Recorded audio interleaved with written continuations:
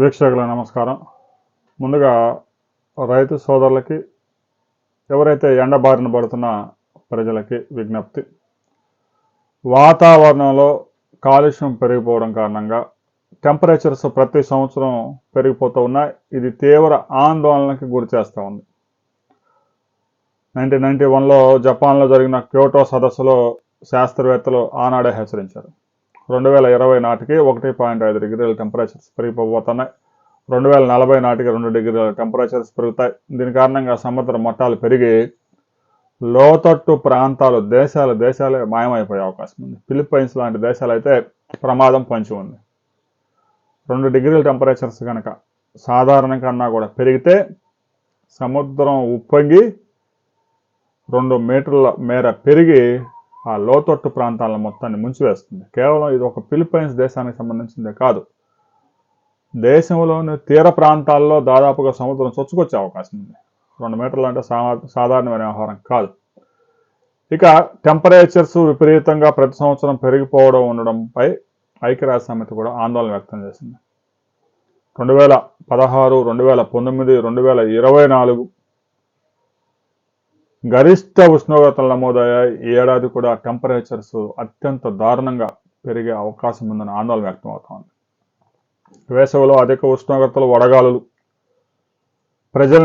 కోట్లాది మంది ప్రజల్ని తీవ్ర ఇబ్బందులకి, అనారోగ్యం పాలు కూడా గురి చేస్తూ ఉన్నాయి. ప్రాణాలను కూడా హరిస్తూ ఉన్నాయి. అత్యధికంగా ప్రజలు ప్రమాదాల బారిన పడి చనిపోయేది వడదెబ్బకే. వరదలు కాదు, భూకంపం కాదు, వర్షాలు కాదు. దేశంలో ఏటా సగటున మన భారతదేశంలోనే 100 కోట్ల మంది తీవ్రమైన ఉష్ణోగ్రతల ప్రభావానికి బారిన పడతా ఉన్నారు. ముఖ్యంగా 23 రాష్ట్రాల్లో ఈ తీవ్రతని భారత వాతావరణ శాఖ రిపోర్ట్ ప్రకారం 23 రాష్ట్రాల్లో వడగాలుల తీవ్రత ఎదుర్కొంటూ ఉన్నారు. ఐఎండీ రిపోర్ట్ ప్రకారం దేశంలో ఏడాది ఉష్ణోగ్రతలు, వేడిగాలులు విపరీతంగా పెరిగే అవకాశం ఉంది. ఈ నేపథ్యంలో వడగాలుల తీవ్రతను తగ్గించడానికి చర్యలు చేపట్టాలని కూడా శాస్త్రవేత్తలు ప్రభుత్వాలకి సూచనలు ఇచ్చారు. ప్రజలు కూడా అప్రమత్తంగా ఉండాలి. గత 4 దశాబ్దాల్లో ఎన్నడూ లేని విధంగా ఈ ఏడాది ఉష్ణోగ్రతలు పెరిగే అవకాశం ఉంది. 2013, 16, 19, 24లో ఉన్న రికార్డులు ఈ ఏడాది తుడిచిపెట్టుకుపోయే అవకాశం ఉంది. ఎల్నినో ప్రభావం, లానినా ప్రభావితం చేస్తూ ఉన్నాయి. ముఖ్యంగా ఉష్ణోగ్రతల మీద. ముఖ్యంగా 10 లక్షల మంది పైగా జనాభా ఉన్న జిల్లాల్లో రాత్రిపూట కూడా విపరీతమైన ఉష్ణోగ్రతలు ఉండడంతో జనం అల్లాడిపోతూ ఉన్నారు. కనీసం రాత్రి కూడా చల్లదనం లేకపోవడంతో ఏసీ లేని వారు బతకడం కష్టంగా మారింది. దీన్ని అర్బన్ హీట్ ఐలాండ్ అంటారు. అంటే పట్టణీకరణ పెరిగిపోవడం వల్ల పెరుగుతున్న ఉష్ణోగ్రతలు కాంక్రీట్ జంగిల్లాగా మారుతూ ఉన్నాయి. మనం చూసుకున్న హైదరాబాద్ నగరం చుట్టుపక్కల 50-60 కిలోమీటర్ల వరకు మొత్తం కాంక్రీట్ జంగిల్. ఇక శాస్త్రవేత్తలు ఆందోళన వ్యక్తం చేసేది ఏంటంటే ఉష్ణోగ్రతలు ఇలా పెరిగిపోతూ ఉన్నాయి. చర్యలు కనుక తీసుకుపోతే రాబోయే రోజుల్లో దీని ప్రభావం తీవ్రంగా ఉంటుంది. ముఖ్యంగా కొన్ని రంగాల మీద అయితే తీవ్రమైన ప్రభావం పడుతుంది. రైతులు కానీ, రైతు కూలీలు కానీ, భవన కార్మికులు, ఏదైతే ఓపెన్ ప్లేస్లో వర్క్ చేసుకునే వాళ్ళు ఎవరైతే ఉంటారో వాళ్ళు తీవ్రంగా ప్రభావితం అయ్యే అవకాశం ఉంది. వాళ్ళు ఎండలో పని చేసుకోవాల్సింది. రైతు కూలీలు కానీ, రైతులు కానీ, సిమెంట్ పని చేసేవాళ్ళు, ముఖ్యంగా ఇక ప్రభుత్వ ఉద్యోగులు కూడా పోలీసింగ్ లాంటి వ్యవస్థ, ట్రాఫిక్ వాళ్ళు కానీ, గిగ్ వర్కర్స్ కానీ, డెలివరీ బాయ్స్, ఇలాంటి చాలామంది ఓపెన్ ప్లేస్లోనే వర్క్ చేసుకోవాల్సి ఉంటుంది. ఇక ఫ్రూట్స్ అమ్మేవాళ్ళు వీళ్ళంతా కూడా ఎండలోనే చాలామంది వారు గడపాల్సి ఉంటుంది కాబట్టి వాళ్ళు తీవ్రంగా ప్రభావితమయ్యే అవకాశం ఉంది.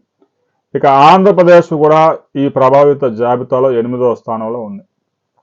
గత ఏడాది 734 జిల్లాలకు సంబంధించి హీట్ రిస్క్ ఇండెక్స్ని ఐఎండీ రిపోర్ట్ రిలీజ్ చేసింది. ఈ సమాచారం ఆధారంగా 12 కిలోమీటర్ల ఒక గ్రిడ్గా విభజించి 1982 నుంచి 2022 మధ్యలో దీర్ఘకాలిక ఉష్ణ ధోరణులను మ్యాపింగ్ చేశారు. దీని ప్రకారం దేశంలోని నగరాలు మిగిలిన ప్రాంతాల కంటే 2 రెట్లు వేగంగా వేడెక్కుతున్నాయి. 57% జిల్లాల్లో నివసిస్తున్న 76% జనాభా హై రిస్క్ కేటగిరీలో ఉన్నారు. ఎందుకంటే అంతా నగరాలు చేరుతా ఉన్నారు. నగరాల్లో టెంపరేచర్స్ పెరిగిపోతా ఉన్నాయి. ముఖ్యంగా చెట్లు పూర్తిగా నరికివేయడం, కొత్తగా మొక్కలు నాటకపోవడం, పార్కులు లేకపోవడం, మొత్తం కాంక్రీట్తో రోడ్లు, భవనాలు నిండిపోవడంతో టెంపరేచర్స్ ఎక్కువైపోతా ఉన్నాయి. 10 రాష్ట్రాల్లో వేడి తీవ్రత ఎక్కువగా ఉన్నట్లు గుర్తించారు. ఏపీ 8వ స్థానంలో ఉంది. ఇక ఎక్కువ జిల్లాలు తీవ్రమైన వేడిని ఎదుర్కొంటూ ఉన్నాయి. ఇక జనాభాకు ఎక్కువగా వ్యవసాయం ఆధారం కాబట్టి వారంతా ఆరు బయటనే పనిచేయాల్సి ఉంటుంది కాబట్టి వారు వడ గాలులకు తీవ్రంగా ప్రభావితమయ్యే అవకాశం కూడా ఉంది.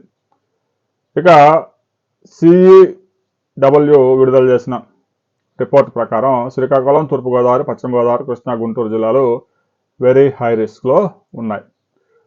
మిగిలిన విజయనగరం, విశాఖపట్నం, ప్రకాశం, నెల్లూరు, కర్నూలు, అనంతపురం, కడప, చిత్తూరు జిల్లాలు హై రిస్క్ కేటగిరీలకు దగ్గరగా ఉన్నాయి. ఇక climate hazard and vulnerable atlas of India ప్రకారం 1969 నుంచి 2019 వరకు దాదాపుగా 50 సంవత్సరాల కాలంలో 1000 రోజుల పాటు వడగాలులు వీచాయి. ఈ 50 సంవత్సరాల్లో అంటే ప్రతి సంవత్సరం సగటున ఒక 20 రోజులు మే నెలలో, జూన్లో కూడా వడగాలులు వీస్తున్నాయి. ఈ రిపోర్ట్లో ఏపీ మొదటి స్థానంలో వడగాలుల విషయంలో ఫస్ట్ ప్లేస్లో నిలిచింది. ఆ సమయంలోనే ఎక్కువ మంది ప్రాణాలు కోల్పోయే అవకాశం ఉంది. 1961 నుంచి 2021 వరకు వడగాలులపై వాతావరణ శాఖ స్టేషన్ల వారీగా రిపోర్ట్స్ సేకరించారు. కర్నూలు, అనంతపురం, కడప, నెల్లూరు, గుంటూరు, మచిలీపట్నం, కాకినాడ, విశాఖపట్నంలో వడగాలుల తీవ్రత క్రమంగా ప్రతి సంవత్సరం పెరుగుతూ ఉంది. ముఖ్యంగా విశాఖపట్నం పట్టణీకరణ అయిపోయింది. కాకినాడ పరిశ్రమలు ఎక్కువగా వస్తూ ఉన్నాయి. గుంటూరు నగరీకరణ చెందింది. నెల్లూరు పెరిగిపోతూ ఉంది. కడపలో కూడా జనాభా పెరుగుతూ గ్రీనరీ అనేది లేకుండా పోతా ఉంది. దీంతో టెంపరేచర్స్ ఒక్కసారిగా పెరుగుతూ ఉన్నాయి. ఇక భవన నిర్మాణంలో ఉపయోగించే మెటీరియల్ కానీ, గ్లాసులు కానీ ఇవన్నీ టెంపరేచర్స్ని మరింత పెంచుతూ ఉన్నాయి. అనంతపురం, కర్నూలు, గుంటూరు, కడప, నెల్లూరు, మచిలీపట్నం, విశాఖలో వడగాలులు వీచే రోజులు కూడా పెరుగుతూ ఉన్నాయి. సహజంగా గతంలో 1950s, 40s అయితే వడగాలులు సగటున సంవత్సరానికి ఒక 7 రోజులు, 8 రోజులు మాత్రమే వీచాయి. ప్రస్తుతం 20 రోజులు పెరిగాయి. ఇది మరింత ప్రమాదకరం. ప్రణాళికలు బలోపేతం చేయాలి. వేడిని ఎదుర్కోవడానికి కార్యాచరణ ప్రణాళిక అమలు చేయాలి. గ్రీనరీని పెంచాలి. పెద్ద ఎత్తున పార్కులు, చెట్లు పెంచాలి. ఫారెస్ట్ హైజేషన్ 33% ఫారెస్ట్ ఉండాలి దేశంలో. కేవలం 23% ఉంది. ఆ 23%లో థిక్ ఫారెస్ట్ 3% మాత్రమే. మిగతా 20% ఫారెస్ట్ తుప్పలే, పెద్దగా చెట్లు ఉండవు. మొత్తం పొడి వ్యవసాయం, భూములని చెట్లని నరకడం, వ్యవసాయం చేయడం, అడవులు లేకుండా చేయడం.